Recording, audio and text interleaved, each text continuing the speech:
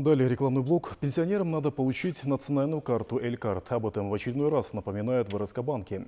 Сейчас по всей стране проводится работа по переводу выплат на национальную платежную карту Элькарт согласно постановлению правительства и Национального банка Кыргызской Республики об утверждении доли безналичных платежей и расчетов Кыргызской Республики на 2018-2022 годы.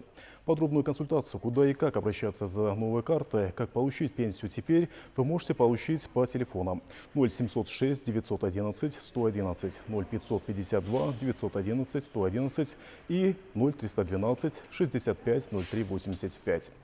В банке напоминают, об обналичивании выплат по картам Элькарт осуществляются без комиссии, а обширная сеть из более чем 200 банкоматов по всей стране доступна круглые сутки, благодаря чему пенсионеры могут получить денежные средства в любое удобное время, включая вечернее.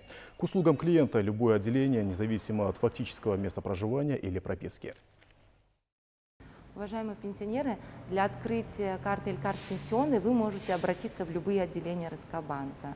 При себе необходимо иметь паспорт, пенсионное удостоверение. Хочется отметить, что открытие счета осуществляется бесплатно. Помимо этого, банк начисляет на остаток денежных средств 5% годовых. У вас есть возможность обслуживаться в любых отделениях РСК-банка и в сети банкоматах РСК-банка.